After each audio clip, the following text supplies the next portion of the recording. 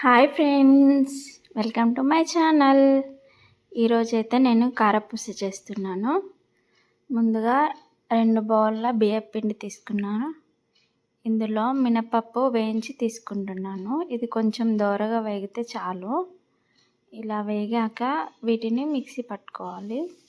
ఇప్పుడు ఇందులో కొంచెం కందిపప్పు వేసా. ఎక్కువగానే మినపప్పుతో చేసా, ఎందుకంటే పిల్లలకే అది బలం కాబట్టి ఎక్కువగా మినపప్పే వేసా. ఇప్పుడు వీటినన్నింటినీ మిక్సీ పట్టుకున్నాను. ముందుగానే బియ్యపిండిని జల్లించి పెట్టుకున్నాను. అందులోనే ఈ పిండిని కూడా ఇలా జల్లించుకుంటున్నాను. ఇప్పుడు ఇందులోకి నువ్వులు,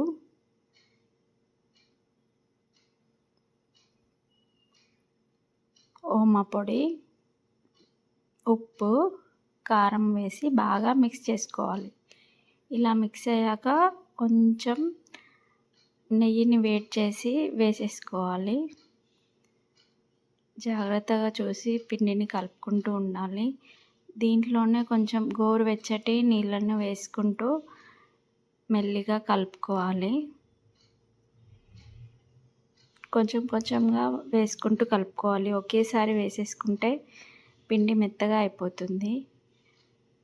ఇలా మెల్లిమెల్లిగా కలుపుకుంటూ ఈ కన్సిస్టెన్సీ వచ్చే వరకు కలపాలి. చూడండి పిండి ఎలా మెత్తగా ఉందో. ఇలాగే కలుపుకుంటూ ఉండాలి. దీనిని ఒక 10 minutes పక్కన పెట్టేసుకోవాలి.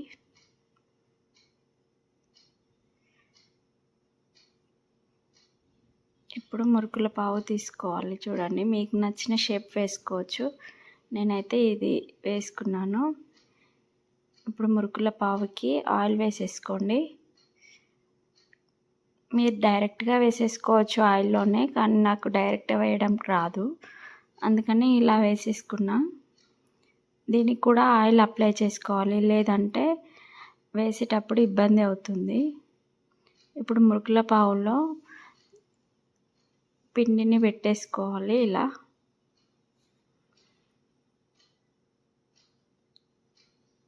ఇలా ఒత్తేసుకొని దీనిని ఆయిల్లో డీప్ ఫ్రై చేసుకోవాలి, అంతే. చూసేయండి, ఆయిల్ కూడా హీట్ అయినట్టుంది. దీనిని వేసేస్తున్నాను. చూడండి ఎలా పొంగుతుందో మంచిగా. ఎప్పుడు ఒకేలా కాకుండా ఒకసారి ఇలా ట్రై చేసి చూడండి. నాకైతే బాగా వచ్చాయండి, సూపర్గా అనిపించింది. గుల్ల గుల్లగా వచ్చాయి. వీటిని 2 వైపులా కాల్చుకోవాలి. మీకు వీలైనన్ని ఆయిల్లో వేసేసుకోండి. ఇలా నురుగులు తగ్గాక తీసేసుకోవడమే, అంతే. మంచిగా డీప్ ఫ్రై చేసుకోండి.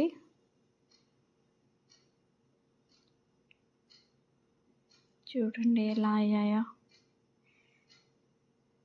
చాలా క్రిస్పీగా వచ్చాయండి. ఫస్ట్ టైం ట్రై చేశా, కానీ బాగున్నాయి టేస్ట్ కూడా. Boy friends.